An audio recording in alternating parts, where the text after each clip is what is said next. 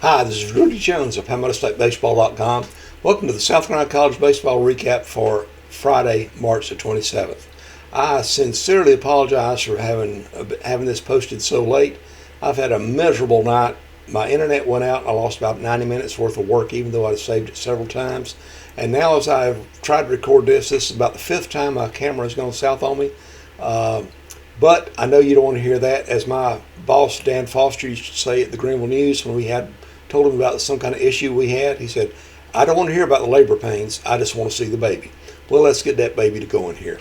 Over at Clemson, Tristan McCladdie's second home run of the game and his third extra base hit of the game gave Clemson the lead in the seventh inning, and the Tigers held on to beat Miami by a score of 7-6 to even that ACC series at one win apiece. For the Tigers, they are now 19-9 overall and 2-6 in the ACC. Miami, fell to 27 and 3-5. Of course, McCladdie was charged with a three-run error that was part of a five-run 10th inning for the Hurricanes to help them win on Thursday. But he turned around tonight and he was the hero. It doesn't take you long. You can be down one day and back up the next. That was the case for him. Justin Legarrette pitched a perfect ninth inning to get the save for the Tigers. Who will go for a series win on Saturday for the fans going. Just try to avoid the traffic for the spring game as best you can. Down at the Joe in Charleston, T.J. Anderson's walk-off single kept a three-run comeback for the Citadel as they beat Western Carolina by a score of 4-3 to open that Southern Conference series. The Bulldogs had trailed 3-1 going to the bottom of the eighth, but they scored 2 runs in the eighth, then got that walk-off hit to score Jaden Williams in the ninth. The Bulldogs are 11-13 overall, 2-2 in the SoCon. Western Carolina fell to 17-10 and 2-2. Andrew Buffkin was superb out of the bullpen for the Citadel. He faced 13 batters, retired 12 of them, pitched 4 shutout innings. The only blemish was a walk. He also struck out 5 as he improved his record to 2-0. Jaden Williams reached base 3 times, scored 3 times for the Bulldogs, Coach Russell Triplett.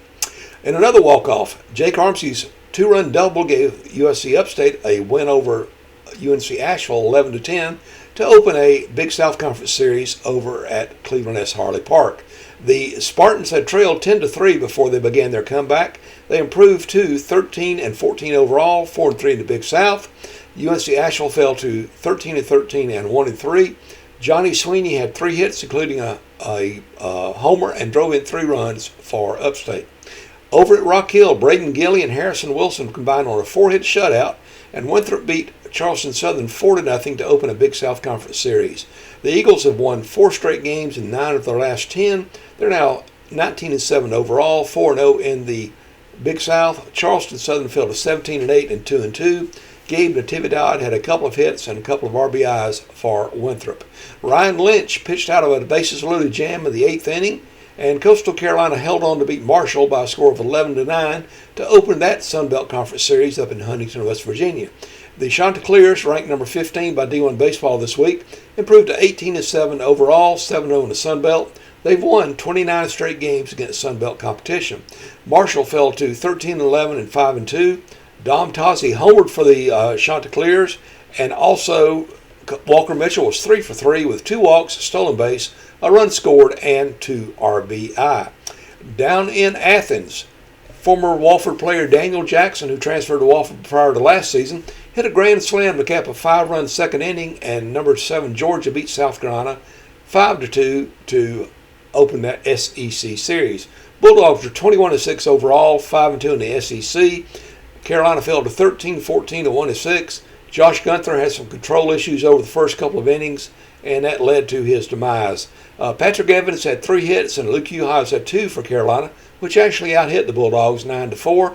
The best news for Carolina maybe was the pitching of Alex Philpott. He was supposed to be one of the weekend starters, but he was slowed by injury, and his first 2 or 3 appearances had not been very effective, but he had 2 shutout innings on Friday night, so that may bode well for the Gamecocks for the future. Elsewhere, at Wofford, reading the wrong one again. Wofford withstood a 3-run 9th inning by UNC Greensboro and won the Southern Conference opener 8-7. Terriers are now 17-9 overall. UNC Greensboro fell to 12-15. They had already played it as a SoCon series. They're now 1-3. Mark Quarry had 3 hits, including a home run, and drove in 4 runs for the Terriers. Out in Birmingham, Caden Mason scored the go-ahead run on a wild pitch in the 6th inning, and Bo Moody added a 2-run single later in the frame as Presbyterian beat Samford by a score of 7-5. The Blue Hose were 5-22 after that non-conference win. Samford fell to 10-14. James Green was 4 for 4 with a double, a homer, a walk, and 3 runs scored. Nice road win for the Blue Hose. Also, in the final game involving a state Division I team, Campbell scored 4 runs in the 6th and 3 in the 8th, and overtook College of Charleston to win 12-10 in a Coastal Athletic Association game. The Campbells are 16-9 overall, 9-1 in the CAA. Charleston fell to 10-15 and 5-5. For the college, Jacob Amon was 3 for 5 with a homer, a stolen base, 2 runs scored, and 3 RBI. In Conference Carolinas, C.J. Dean led off the 10th with a home run, and North Greenville took the series opener at Ferrum by a score of 4-3. The Trailblazers are now 26-7 overall, 15-4 in the Conference Carolinas. Ferrum fell to 12-14 and 7-12. The Panthers sent the game to extra innings on a 9th inning wild pitch. That wild pitch was by Connor Brinson, the North Greenville reliever, but he was overall very effective. He retired 9 batters, all by strikeouts, and getting the win in 3 innings. Mason McManus had 4 hits and drove in 8 runs as Erskine handed Shawan a 24-6 loss in the series opener. The Flying Fleet are now 15-19 overall, 10-9 in the conference. Shawan fell to 3-20 and 3-16. The Hawks have lost 12 straight. Cole Kirshner was 4 for 4 with a walk and 4 RBI as Southern Wesleyan beat Emmanuel 17-8 over at Franklin Springs to open their series. The Warriors are now 11-22 overall, 5-14 in Conference Carolinas. Emmanuel fell to 14-17 and 10-12. For Southern Wesleyan, Tristan Tillman had a big day. He was 3 for 5 with a stolen base, a 6 runs scored, and 2 RBI. Nice win on the road for Southern Wesleyan. Also, Mac James' 3-run homer in the late innings lifted Mount Olive over Francis Marion by a score of 9-7. The Trojans from Pickletown improved to 15-10 overall, 15-15 overall, 9-10 in the conference. Francis Marion fell to 15-4 and 25-7. Charlie Bussey III, Ethan McAnally, and Riley Orr all homered for the Patriots. In the Peach Belt Conference, Lander scored 5 runs in the 3rd inning and withstood a comeback bid with Georgia Southwestern to win by a score of 8-6. The Bearcats are now 18-14 overall, 11-8 in the conference. Georgia Southwestern fell to 18-15 and 11-5. For Lander, Pip Smalley was 3 for 5 with a double, a run scored, and 3 RBI. Terry Dean's 2-run double in a 6-run 7th inning gave USC Beaufort the lead, and the Sand Sharks held off Columbus State by a score of 10-9 in that Peach Belt opener. The Sand Sharks are now 7-23 overall, 2-17 in the Peach Belt after losing their first 17 conference games. Columbus State fell to 18-10 and 11-5. For Beaufort, Nicholas Barcelo had a single, a homer, 3 runs scored, and 3 RBI. Also in the Peach Belt, USC Aiken salted away its run rule win over Claflin with a 10-run 6th inning. The Pacers won by a score of 17-2. Aiken is now 23-9 overall, 11-5 in the conference, and Claflin fell to 3-21, 0-16. The Panthers have lost 19 straight games. For Aiken, Joseph Rauscher got the win. He pitched 6 innings, allowed 2 runs, and he struck out 6 in that game. In the South Atlantic Conference, Luke Floyd's 2-run homer broke a tie in the 8th inning as part of a 4-run 8th. And Aiden Gibson had 4 hits and 4 RBIs. Carson Newman beat Newberry by a score of 11-7 in a conference series opener. The Eagles are 18-12, 9-10 in the conference. Newberry fell to 19-13 and 13-6. For Newberry, Luke Compton was 2 for 5 with a walk, 2 runs scored, and an RBI.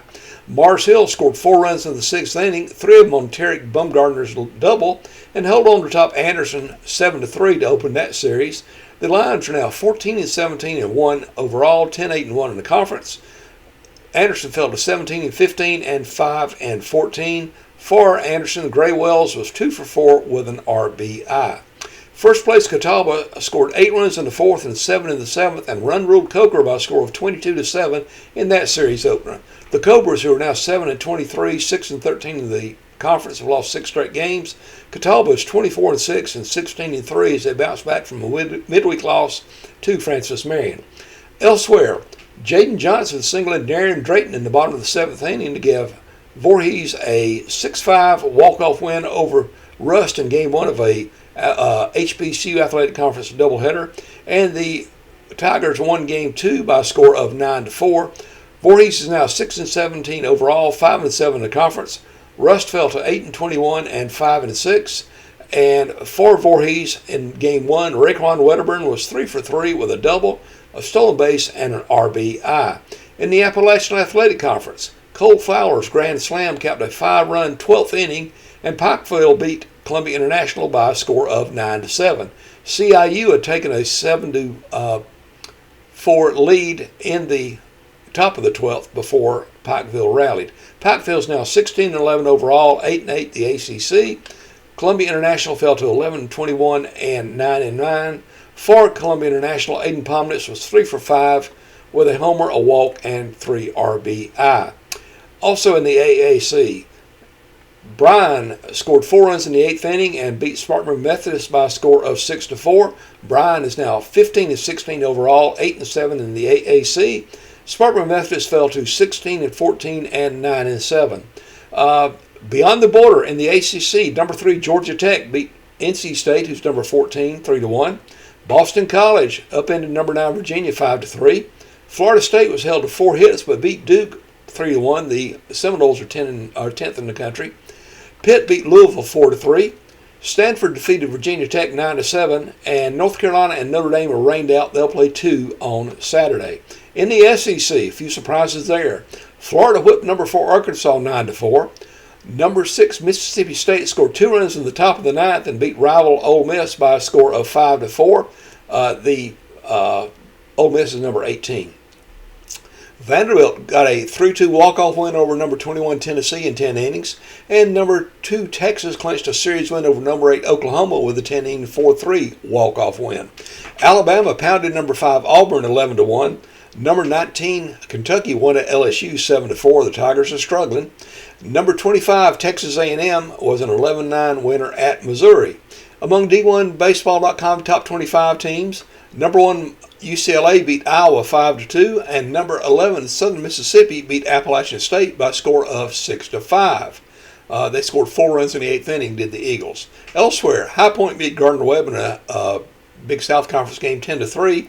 In the CAA, Hofstra surprised Northeastern 5-4 in 11 innings, and East Tennessee State nipped VMI 6-5 in the Southern Conference.